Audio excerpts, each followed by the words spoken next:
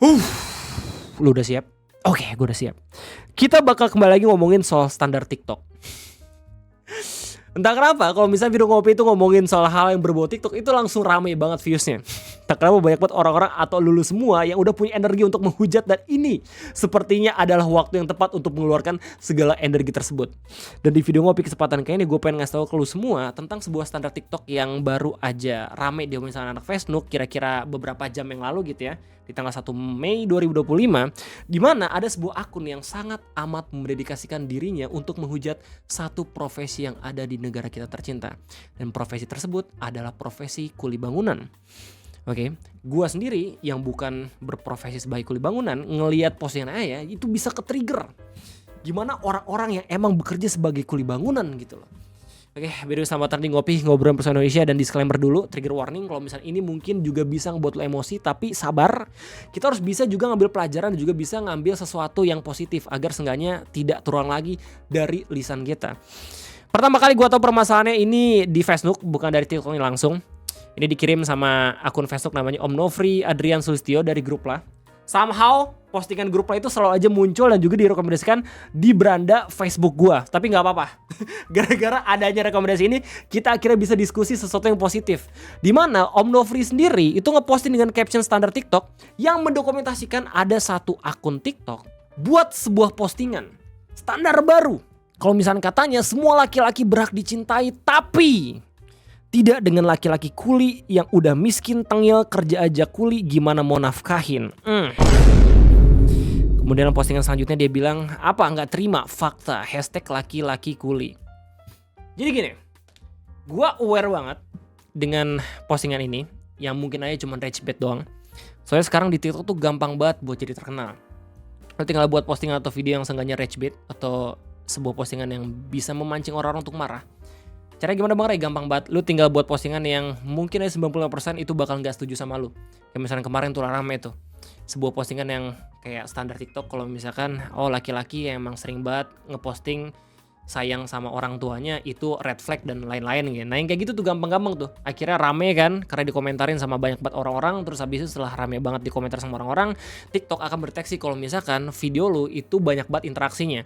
Mereka TikTok itu gak ngelihat komentar itu positif atau negatif. Dia itu ngelihat angka. Kalau misalkan angka itu banyak, angkanya itu besar, dan interaksinya itu luas banyak banget gitu ya, maka semakin sering direkomendasiin itu postingan. Dan semakin sering postingan itu direkomendasikan, kalau misalnya lu udah nyalain koin TikTok, lu udah bakal dapat cuan gitu dari rage bait yang kayak gini. Cuman concern gue di video ngopi ini adalah kalau misalnya lu lihat dari jumlah likes-nya, ini udah di like sampai 24,2 ribu orang. Dan udah dikomentar sama 21,5 ribu orang. Gue coba buat cari tahu docs lainnya, ternyata gue nemu. Oke, dan sampai sekarang masih belum dihapus postingannya. Beda ya sama drama-drama TikTok yang sebelumnya gitu. Kalau misalnya rame, udah digoreng di Facebook, udah hilang gitu loh. Cuman ini masih ada.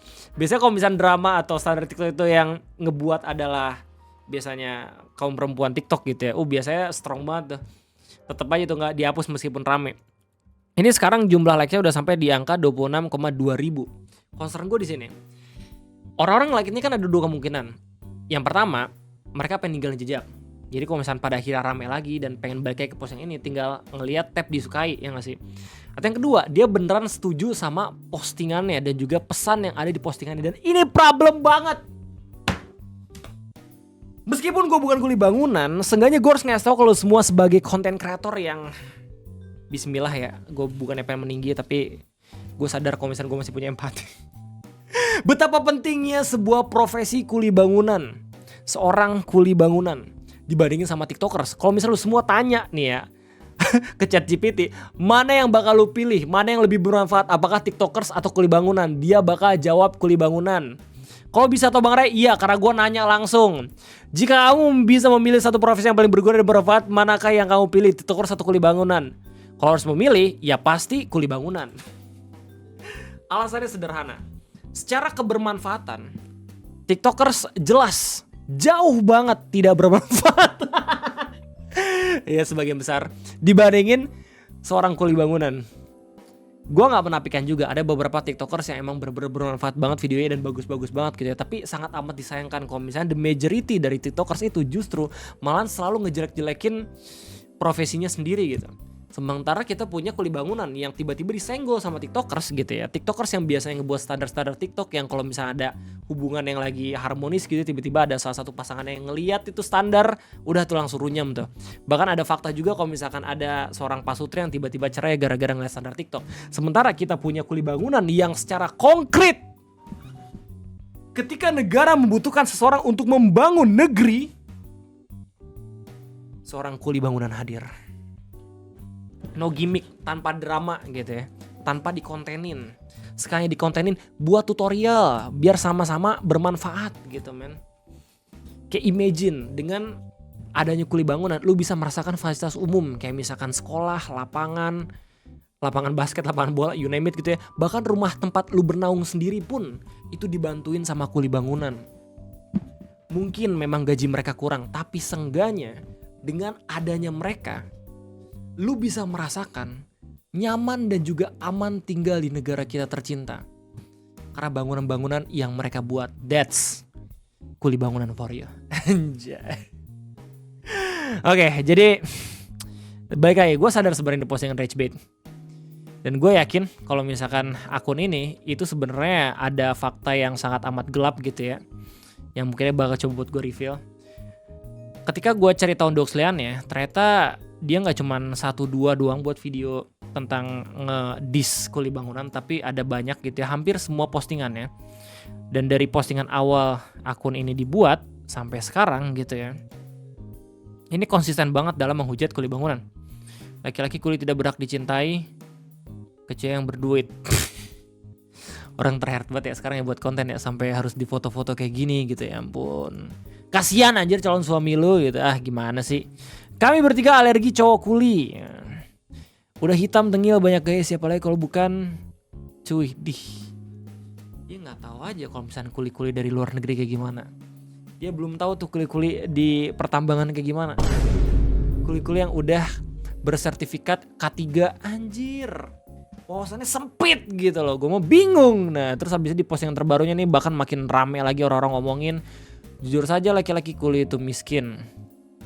Kami berdua alergi laki-laki kuli itu. Di postingan terakhir gak usah protes, ini fakta.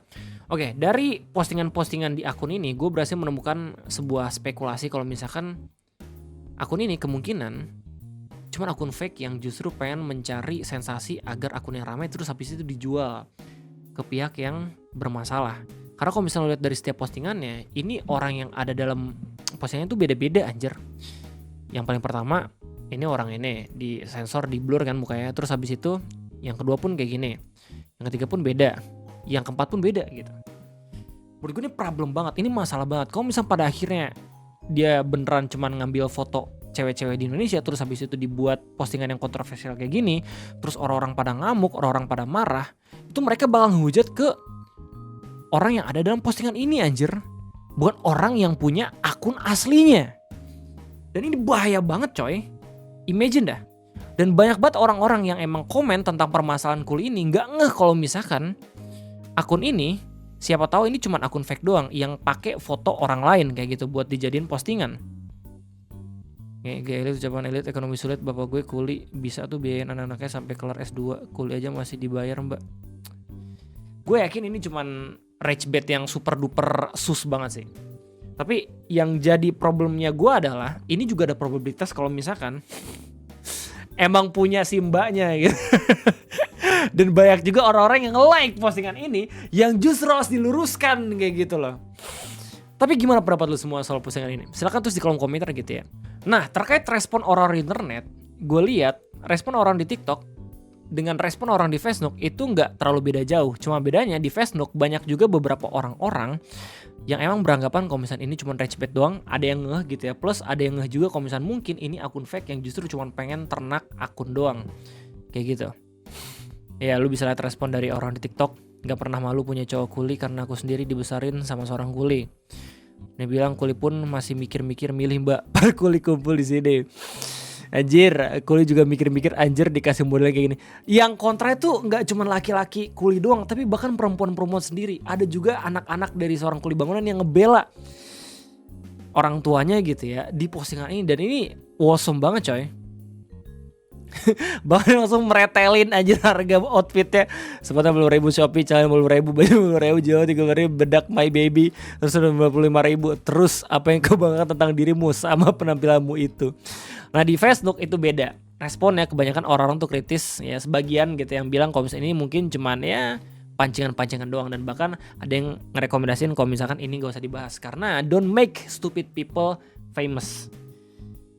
Tapi kadang kalau misalnya lu nggak ngebahas ini dan selalu ngebiarkan ini semua gitu ya, ini bakal terus berkembang aja kebodohan.